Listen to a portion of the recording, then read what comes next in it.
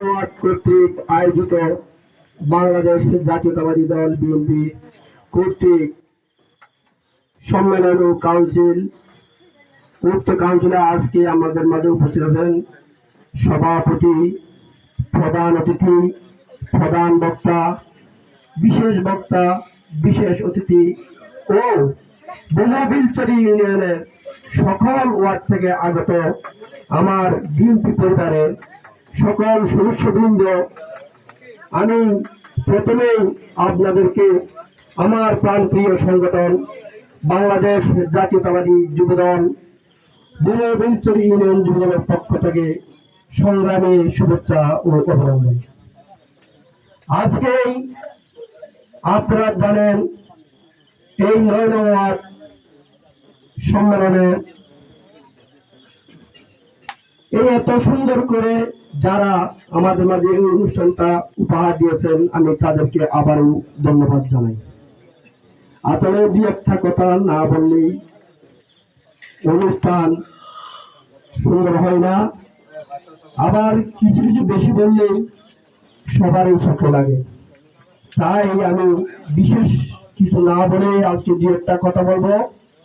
প্রথম কথাটা হলো, আজকে আমাদের মাঝে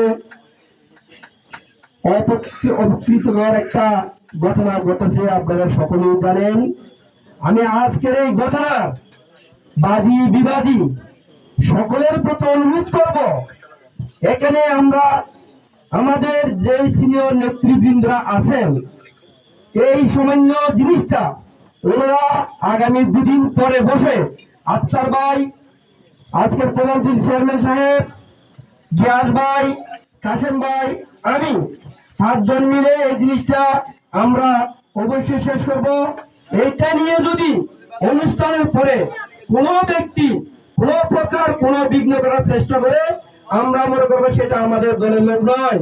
আমাদের দলের একটা এত সুন্দর সংগঠন, এই সংগঠনের একটা এত জনসমাবেশকে অবশ্যই বানচাল করার চেষ্টা করেছেন, সেটা আমরা মাথা পেতে নিব, এটা আমরা মাথায় ঢুকাবো।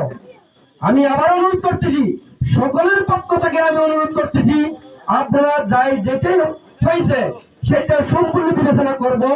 বিবেচনার সহিত যেই দোষী হয় তাকে অবশ্যই আমরা দোষী সাব্যস্ত করব। অতএব অনুষ্ঠানের পরে যাতে আমাদের এই অনুষ্ঠানে কোনো বিঘ্ন না ঘটে। এবার আমি মূল উদ্দেশ্যে যাই।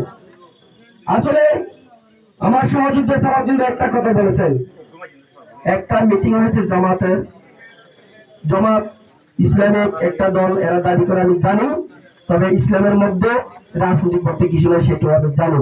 যাই হোক, আপনারা এটা জানেন কিনা জানি না, আমাদের আজকের এই আগামী দেশের তারুণের প্রতীক তারেক রহমান, এই যে আজকে আমাদের মধ্যে যে জামাতের প্রার্থী হবেন, সেও প্রত্যেক দিন তার যদি নামাজ পড়ে কিনা জানি না। আমি মা বোনদের উদ্দেশ্যে বলবো, আমাদের প্রিয় নেতা তারেক রহমান প্রত্যেকটা দিন 3 বার কোরআন তেলাওয়াত করেন, তার জন্য আদায় করেন, 5 ওয়াক্ত নামাজ পড়েন। আমাদের প্রিয় নেতা, আমাদের যেই আগামী দিনের আমাদের অহংকার, আমাদের প্রিয় নেতা আল্লাহ সালাউদ্দিন সম্বন্ধে আপনারা জানেন কিনা জানি না। আমি মা বোনদের উদ্দেশ্যে কথা বলবো, আমাদের প্রিয় নেতা আল্লাহ সালাউদ্দিন আহমেদ প্রত্যেকটা দিন তাহাজ্জুদের নামাজ আদায় করেন, প্রত্যেকটা দিন নিয়মিত কোরআন তেলাওয়াত করেন, 5 ওয়াক্ত নামাজ করে কখনো সে ছাড়েন না। অতএব অনেক কিছু বলবে সামনের দিনে। আমাদের নেতা অন্ততপক্ষে আমরা অতটুকু জানি, সে একজন সৎ মেধা যোগ্য ব্যক্তি। আমি আজকের এই সম্মেলনে আরেকটা কথা বলবো, বিগত আজকের প্রধানমন্ত্রী বিশেষ অতিথি সকলের প্রতি আমি অনুরোধ করবো, বিগত দিনে আমরা যে সম্মেলনগুলো করেছেন, অতএব সেই সম্মেলনে কোনো আপনারা কোনো প্রকার কমিটি দেন নাই, কমিটি আমরা পাই নাই। আমি বলবো, একটা ওয়ার্ড সম্মেলন হলে সেটা কমিটি না দেওয়া পর্যন্ত আরেকটা সম্মেলন করলে পরে এটা সৌন্দর্য দেখা যায় না। আপনারা আজকে যেখানে যান সেখানে প্রত্যেক প্রার্থীরা যায়, প্রত্যেক প্রার্থীরা আনন্দ করতে যায়। ওনাদেরকে আমরা প্রথমে আঘাত দেন বা কষ্ট দেন, আনন্দ দেন, আগে দিয়ে ফেলবেন, যারা কষ্ট পায় তাদেরকে বুকে এনে প্রত্যেকটা আবার নিয়ে যেতে পারেন। না হলে পরে আপনারা সে যদি একসাথে দেন, সকলেই আপনাদের থেকে মুখ ফিরিয়ে দেবে।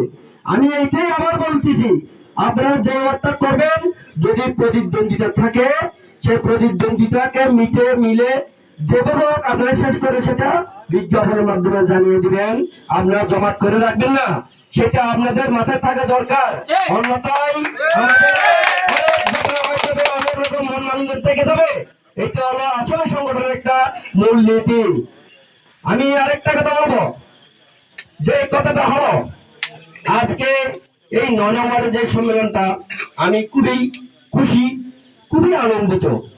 আপনারা জানেন বিগত স্বৈর শাসক আমলে এই নন্দীবিল এই দোকানে আমি যখন মেম্বারের দায়িত্ব নিয়েছিলাম, তখন চেয়ারম্যান ছিল আজকের প্রধান অতিথি আব্দুল মোতালেব সাহেব।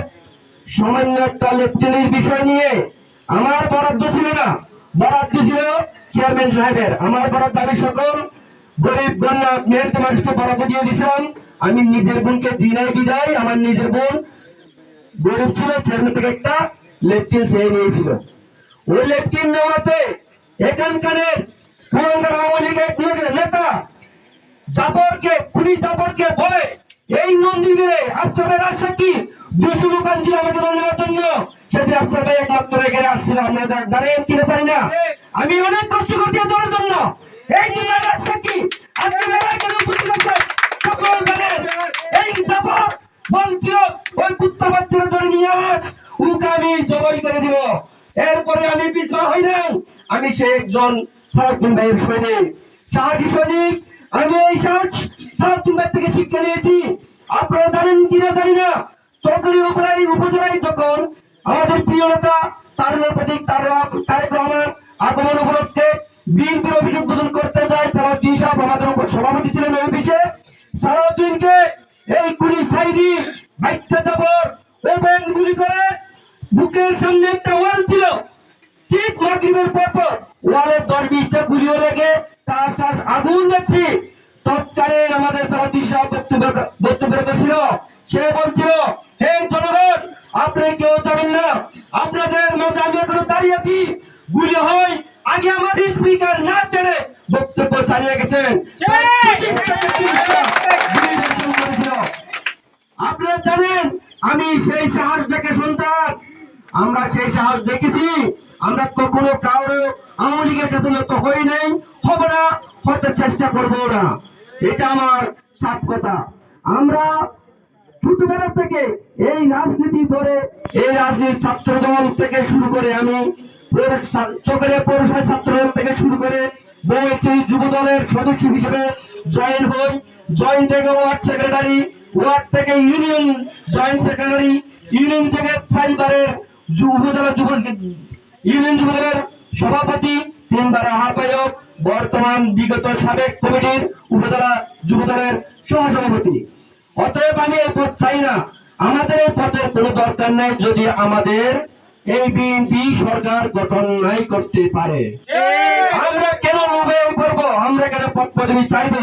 আমাদের মাথায় রাখতে হবে, যেহেতু আমরা আমাদের সালাউদ্দিন ভাইয়ের কর্মী, আমাদের পদের দরকার নাই। সালাউদ্দিন ভাইয়ের একজন কর্মী বাংলাদেশের অন্যান্য জায়গার এক একজন উপজেলার নেতার সমান, সেটা মাথায় রাখতে হবে। অতএব পদলোভী না হয়ে আমি আজকের প্রতি সকলের প্রতি আমি অনুরোধ করব, আপনারা আজকে যে সম্মেলন হতে যাচ্ছে, উক্ত সম্মেলনে যারা প্রার্থিত হবেন তাদেরকে একজন হোক, 2জন হোক, বিনা প্রতিদ্বন্দ্বিতা হলে ওয়েলকাম, ধন্যবাদ আমার পক্ষ থেকে। আর যদি কোন প্রকার প্রার্থিত্ব থাকে, আমি এই উক্ত সম্মেলনের 3-4 দিনের একটা প্রস্তুতি মিটিং এ বসছিলাম। আমরা প্রায় 10-20 জন 30 জন ছিলাম বিএনপি পরিবারের, তাও কঠিন দিনের সাহসী যারা ছিলেন তারাই বসছিলাম। ওনাদের মুখ থেকে, সকলের মুখ থেকে একটা কথা শুনতে পেরেছি। আমি এরপরে কিছু বলি নাই, কেন বলি নাই সেটা ওদিনের কোনো কথা বা অপশন ছিল না। সেদিন অনেকবার কথা উঠে এসেছে, যদি কোনো প্রকার প্রার্থী থেকে থাকে সেটা আমরা ভোট চাই। তবে ভোট প্রথমেই আমি অনুরোধ করবো, আপনারা বুঝে সুঝিয়ে দেখবেন। যদি না হয়, আপনারা যদি ভোট দিতে হয়, এখানে আপনারা জানেন বনবিছের মধ্যে 9 নং ওয়ার্ডটা আসলে এমনি দেখতে 9 নং ওয়ার্ড খুব ক্ষুদ্র, অত্যন্ত কঠিন রাজনীতির ক্ষেত্রে গিয়ে, সেটা আপনারা জানেন কিনা জানি না। আমি বিগত 16-17 বছর 3টে ওয়ার্ডে কষ্ট পেয়েছি। ওই